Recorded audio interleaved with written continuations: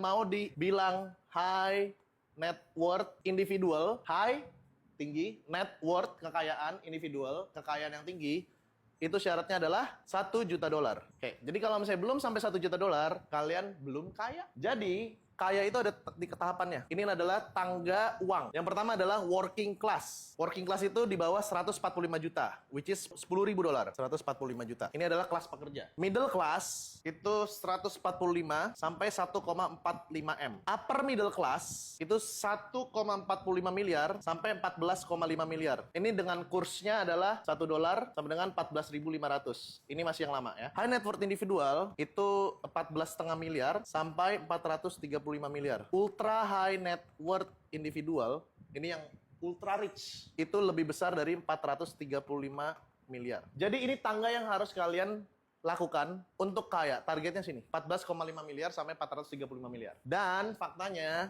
orang yang ada di sini itu cuma 0,1%. Dan di sini ada 0,001%. Upper middle class itu 2%. Jadi secara statistik, untuk mencapai ini sangat susah. Untuk mencapai ini masih mungkin. Jadi kalian punya uang 1 miliar sampai 14,5 miliar, sangat mungkin. Nah tapi pertanyaannya, apakah kalian harus jadi high net worth individual? Jawabannya, hidup kalian akan berubah jika kalian sudah punya uang segini.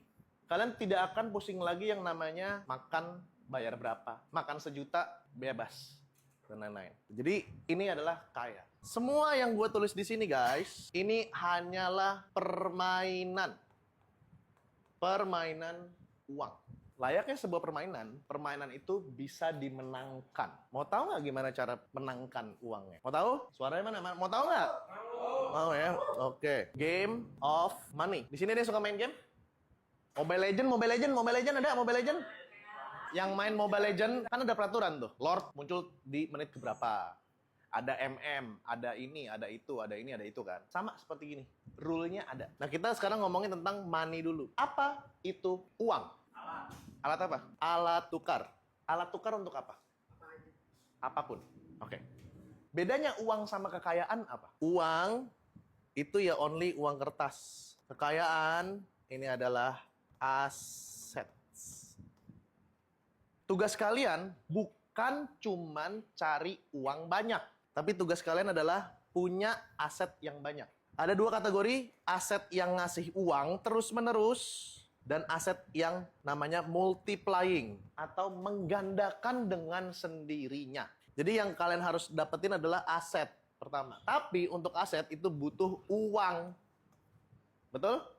Nah sekarang pertanyaannya gimana cara dapat uang banyak? Sekarang menariknya, uang banyak. Tadi kalian udah tahu kan bahwa uang itu alat untuk bertukar. Berarti harus ada sesuatu yang ditukarkan dengan uang tersebut biar uangnya masuk kantong kalian. Betul? Betul ya? Oke.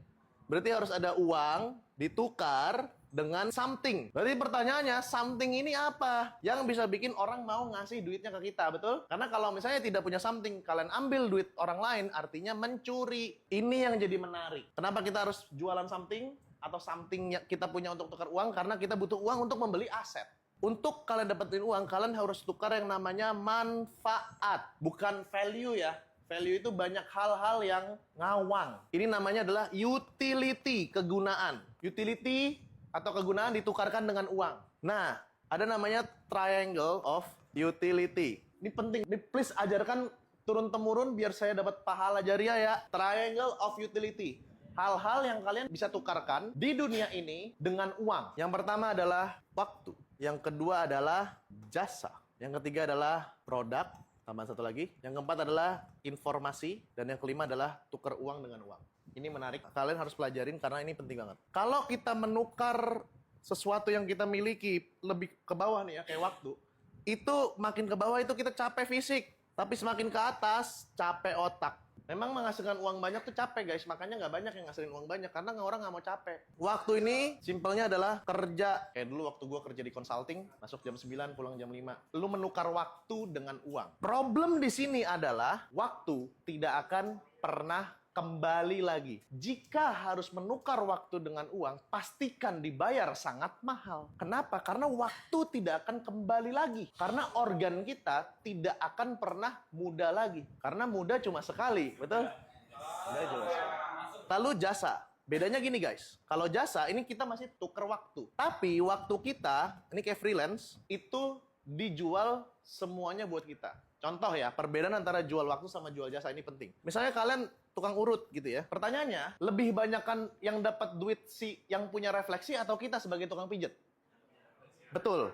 Artinya, waktu kalian dicaloin. Ini tempat pijet ya, misalnya Umar Wellness gitu. Ini customer bayar, duit diambil, sisanya dikasih kalian, betul? Tapi kalau misalnya kalian jual jasa seperti freelance, ininya hilang. Si customer langsung bayar kepada kalian. Nah, baru selanjutnya adalah produk. Kalian jualan produk. Bedanya kalau jual produk sama jasa adalah ini udah nggak ada lagi yang namanya faktor waktu, teman-teman. Misalnya kamu mau beli pulpen ini nih, kamu peduli nggak berapa lama saya ngerjain atau membuat pulpen ini? Peduli nggak? Nggak peduli kan? Yang penting ini pulpen bisa nulis. Berarti kalau misalnya gue punya ilmu magic dengan bim salah bim jadi 100.000 pensil, biaya gue cuma 1 detik. Tas, jual 100.000 pensil. Udah tidak ada waktu lagi. Itu jualan produk. Selanjutnya adalah informasi. Informasi ini sama kayak jual produk, tapi modalnya dari sini. Dan yang lebih penting informasi adalah tidak ada namanya, ini penting ya, marginal cost of replication. Artinya apa? Tidak ada biaya untuk membuat produk selanjutnya. Contoh, kalau kita mau jual pulpen nih harganya 5.000. Aku udah jual ke kamu, dapat duit kan 5.000. Biaya produksi ini 2.000. Berarti aku harus menyisihkan lagi 2.000 untuk jualan produk ini lagi. Betul? Contohnya yang tidak ada marginal cost of replication adalah Netflix. Mau nambah banyak subscribersnya, penggunanya, biayanya cenderung 0. Netflix, kamu subscribe, sama dia subscribe, nggak jauh beda. Jadi biayanya stabil, naik terus. Selanjutnya adalah jualan uang untuk uang. Nah, ada yang tahu gimana caranya jualan uang? Yang bisa melakukan ini hanya bank dan pegadaian. Jadi pesan gue kepada adik-adik gue semua, jangan pernah jual waktu untuk uang. Seandainya harus jual waktu, jualnya jasa. At least uangnya itu besar sekali jual waktu. Orang biasanya susah kaya itu karena 3 hal. Yang pertama adalah kondisi awal. Yang kedua adalah skill cari uang. Yang ketiga adalah skill atur uang. Di sini siapa yang mikir jadi pebisnis itu pasti kaya? Gak semua pebisnis kaya kok. Oke? Nah, kondisi awal. Biasanya orang susah kaya karena kondisi awalnya dia sudah minus. Contohnya, lu lahir, mak lu udah punya utang 4 miliar. Ya gimana, susah kayaknya. Ini tuh ngomongin takdir. Selanjutnya, cari uang yang tadi, yang segitiga of value. Itu tuh bukan masalah kalian terlahir dari keluarga perintis atau pewaris, tapi kalian punya skillnya nggak untuk cari duit. Nah, untuk dapetin skill ini, teman-teman, kan orang bilangnya mah passion ya. Kalian harus banyak coba. Makanan favorit kamu apa? Indomie. Kamu bisa tahu makanan favorit kamu Indomie karena kamu udah coba makanan lain, betul? Kalau baru cobanya Indomie, gak mungkin kamu tahu bahwa makanan favorit kamu Indomie, betul? Right? Cluenya ya teman-teman untuk cari panggilan jiwa kalian adalah cari pekerjaan yang buat kalian fun, hasilin duit, tapi menurut orang lain susah. Cari itu. Itu tugas kalian waktu masih muda. Cari pekerjaan atau kegiatan apapun yang bisa menghasilkan, yang menurut kalian ini mah biasa aja lah, ini mah cuma main-main doang, tapi menurut orang lain, oh lu bisa ya? Cari itu. Cari ini penting guys ya. Selama kalian masih remaja, cari kerjaan yang fun, ngasilin duit, dan menurut orang lain susah. Skill cari uang, carinya ini. Baru selanjutnya, skill atur uang. Nah, sebelum kita masuk skill atur uang, saat kalian udah nemu ini, kalian harus tahu yang namanya tren. Pekerjaan kalian masih relevan nggak ke depannya? Contoh, kalau kalian panggilan jiwanya adalah bikin martabak. Bikin martabak yang green tea, Toblerone, dan lain-lain. Dulu kan sempat ramai kan? Sekarang udah mati kan? Nggak cocok. Berarti cari lagi. Ini ada 2 hal yang harus dipelajari lagi. Ini ada namanya matriks panggilan jiwa kelas. Ada 4 ya. Di sini adalah ngomongin bakat. Ini ngomongin kesukaan. Ini tinggi, ini rendah. Jadi kalian coba bikin matriks kayak gini, kotak 4 gini, berpikir, coba kalian tulisin aktivitas-aktivitas apa yang kalian suka. Contoh, yang menurut kalian berbakat, aktivitasnya apa? Dan kalian suka. Contoh, kalau gue bacot, gue sangat bakat dan gue suka bacot. Misalnya ada yang kalian bakat tinggi, tapi kalian nggak terlalu suka. Contohnya, kalau misalnya yang bakatnya bagus, tapi gue nggak terlalu suka itu, contohnya adalah ngajar. Kalian gampang dimengerti kan? Gue jelasin kan? Karena gue punya bakat ngajar, tapi suka nggak gue ngajar? Kagak suka. Nah, kalian nanti pilih aktivitas-aktivitas apa saja yang bakatnya tinggi, kalian suka, atau bakatnya tinggi tapi kalian nggak suka. Bakat gue rendah, nih, musibah. Dibandingin sama gitaris gue loh, yang Reza Tukul itu loh. Sekarang dia jadi musisi di kapal. Jadi kalian pilihnya antara ini atau ini. Bang, tapi kalau misalnya bakatnya tinggi tapi kita nggak suka, nggak senang dong jalannya. Tenang ya bos, kalau masih ada duitnya, itu juga lo nanti bakal suka. Selanjutnya kalian lihat tren. Tren ini penting. Kenapa tren ini penting? Karena kalau misalnya kalian ngelakuin sesuatu hal yang udah basi, kalian nggak akan dapat duit. Uang itu seperti kayak arus di laut. Contohnya ini ada pulau gitu ya. Uang itu ngalir, set ke sini. Kadang-kadang berhenti pindah ke sini, kadang-kadang berhenti pindah ke sini. Uang tuh gitu. Contohnya apa? Sekarang uang lagi ngalir kemana? Sektor AI, betul? Ngalir lagi kemana? Kripto. Pada tahu kripto kan? Ke misalnya sosial media kan? Nah, tugas kalian kalau mau punya uang, kalian cukup berdiri di sini. Jadi kalian nerima uang. Masuk ke industrinya yang mana? Itu yang gue lakukan 2018. Gue tahu industri digital itu bakalan menang. Akhirnya gue masuk ke industri sosial media. Sekarang kita masuk ke materi tentang manage uang. Jadi, secara garis besar, permainan uang itu simple. Cuman tambah, kurang, sama dengan bagi, kali. Ini dong. Nah, tambah ini uang masuk. Tangkap ya. Kurang, ini uang keluar. Nah, waktu gua seumur kalian, uang masuk gua banyak, uang keluar gua juga banyak. Jadi sama dengannya 0.